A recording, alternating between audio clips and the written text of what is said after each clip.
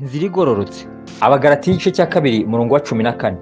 Ariko mbonye ko batagenda mu nzira igororotse ihura n'ukuri k'ubutumwa bwiza, mbwirira Kefa imbere ya bose nti ubwo wowe uri Umuyuda ukifata nk'abanyamahanga, ntiwifate nk'Abayuda. Ni iki gituma uhatira abanyamahanga kwifata nk'Abayuda? Inzira ijya mu ijuru ni inzira igororotse. Ni inzira imwe yashyizweho n'umwami wacu Yesu Kristo. Nyamara kuri yo hashamikiyeho izindi zitashyizweho n'umwami, ahubwo zizanwa n'umubi kugira ngo akure abagenzi mu nzira ijya mu ijuru. Kandi umugenzi wese atabaye maso yaziyoberamo. Inzira zishamikiye kuri yo ijya mu ijuru ni nyinshi kandi zigenda zivuka umunsi ku wundi.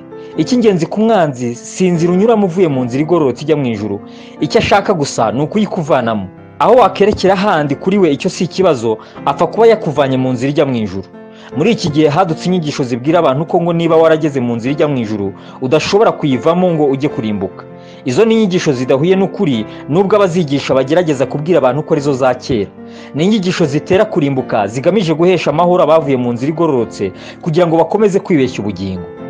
Ariko nk'uko hariho abahanuzi b'ibinyoma badutse mu bwoko bw'Abisirayeli, niko no muri mwe hazaba abigisha b'ibinyoma bazazana rwihereranwa inyigisho zirema ibice zitera kurimbuka, ndetse bazihakana na shebuja wabacunguye bizanire kurimbuka gutebutse. Petero wa 2 igice cya 2 umurongo wa 1.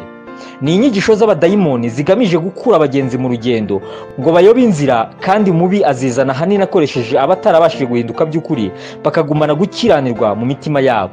Ariko Umwuka avuga yeruye ati mu bihe bizaza bamwe bazagwa bave mu byizerwa, bite ku myuka iyobya n'inyigisho z'abadayimoni, bayobejwe n'uburyarya bw'abigisha b'abanyabinyoma bafite inkovu z'ibyaha mu mitima yabo nk'iz'ubushye. Petero wa 1 igice cya 4 umurongo wa 1 n'uwa 2.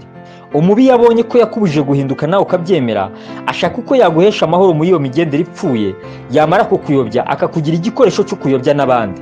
Kandi abantu babi n'abiyita uko batari bazarushaho kuba babi, bayobya bakayobywa. Ariko woweho ugume mu byo wize ukabyizezwa, kuko uzakwigishije. Timoteyo wa 2 igice cya 3 umurongo wa 13 n'uwa 14. Inzira ijya mu bugingo ni inzira igororotse, ariko ishamikiyeho nyinshi zigoramye kandi zishyirwaho n'umwanzi ngo ayobye abagenzi. Ibigusha byinshi biri mu rugendo kandi bizanwa n'umwanzi. Ushobora rwose kunesha ibyo byose bishaka kukudindiza. Indirimbo y'110 mu Gakiza. Ni ngombwa kuzirikana ibyo kugira ngo tubashe kuguma mu nzira no kuzasoza urugendo rwacu amahoro. Dusenge. Mwami Yesu, ndindira mu nzira natangiye ijya mu bwami bwawe, undinde kuyoba, umpe kuzasoza amahoro. Amen.